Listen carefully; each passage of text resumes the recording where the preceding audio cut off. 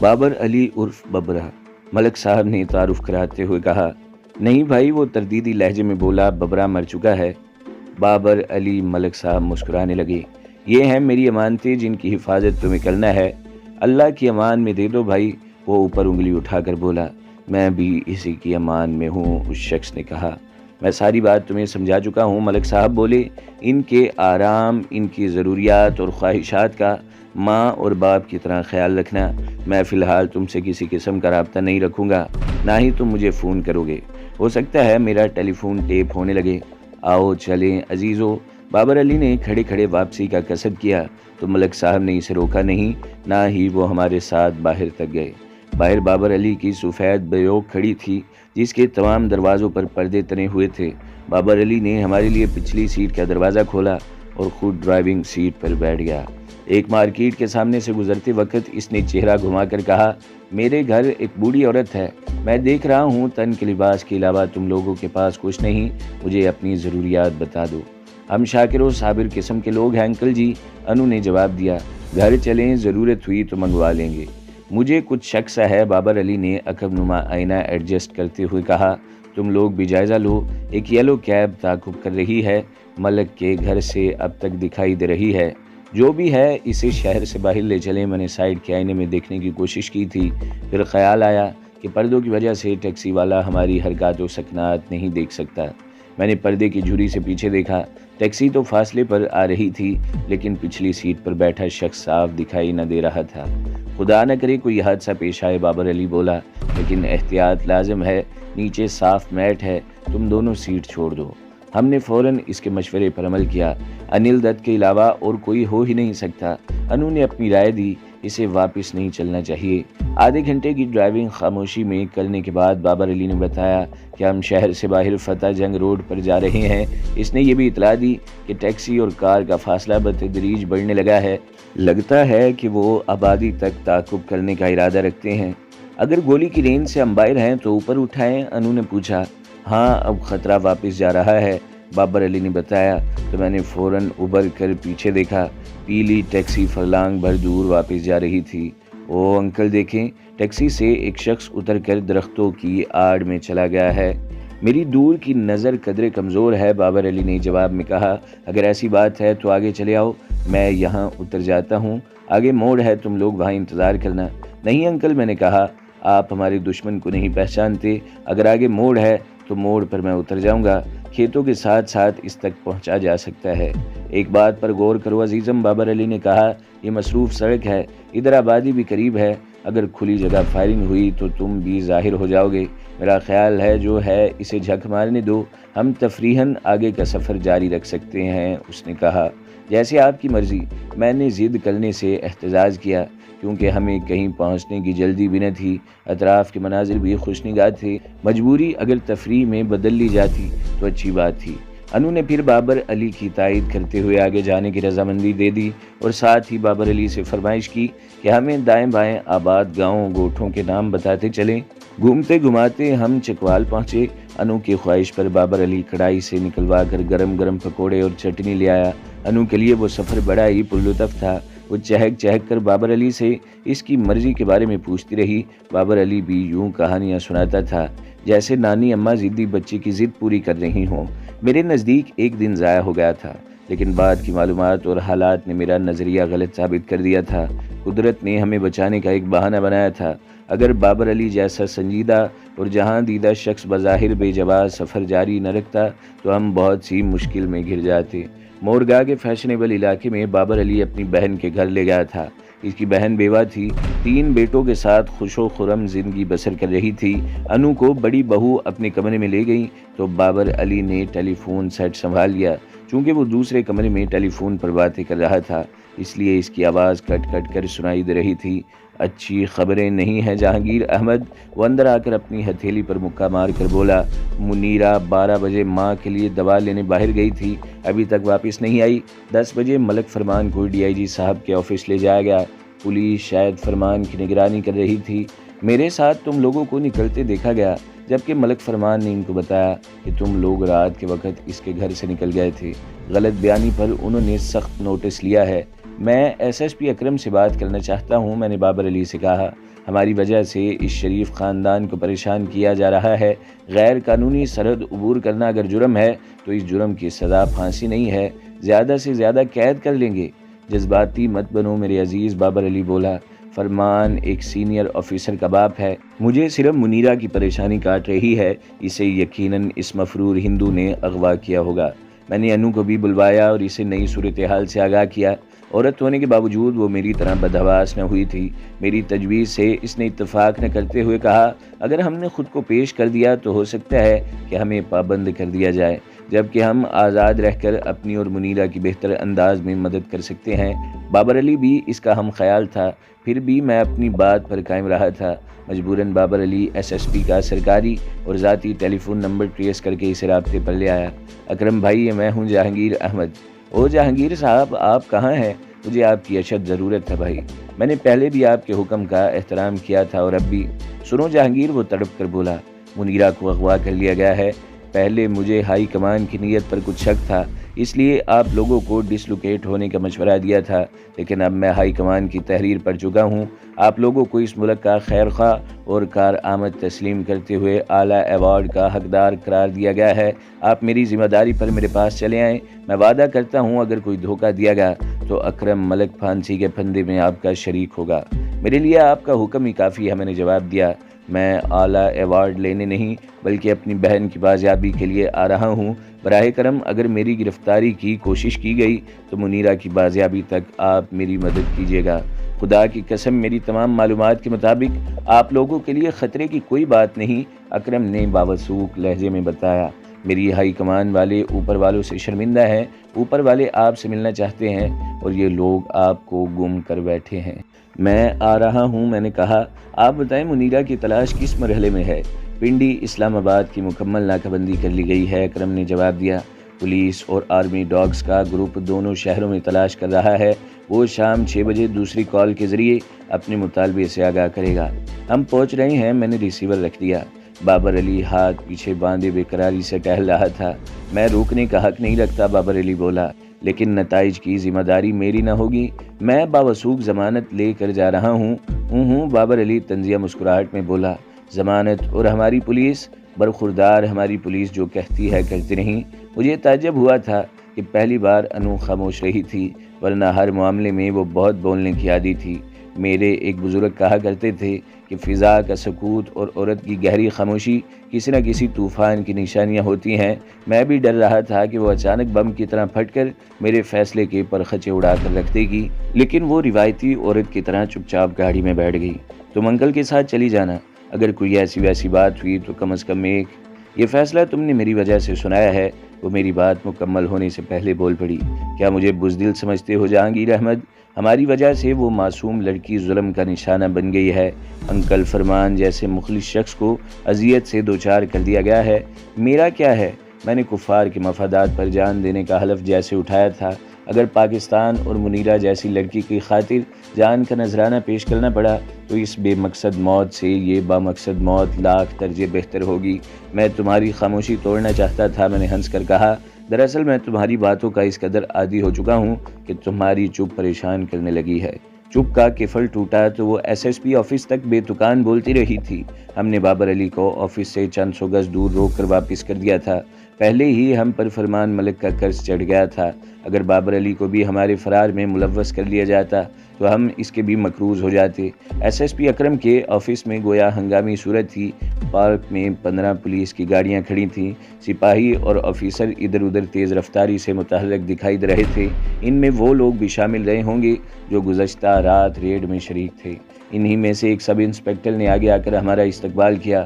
بڑے صاحب آپ کا انتظار کر رہے ہیں۔ اس کا لہجہ بے حد شائستہ اور مؤدب تھا۔ وہ آگے آگے مارچ کرتا ہوا ایک دروازے تک گیا، پھر ایک طرف ہٹ کر اس نے ہمیں اندر جانے کا راستہ دیا۔ وہ چاروں آفیسرز ہمیں دیکھ کر ہڑبڑاتے ہوئے کرسیوں سے اٹھے۔ وعلیکم السلام۔ اکرم نے ٹیبل سے باہر آ کر ہاتھ بڑھایا، پھر ہاتھ پھیلا کر اس نے مجھے باہوں میں لے لیا، پھر حاضرین کی جانب گھوم کر بولا،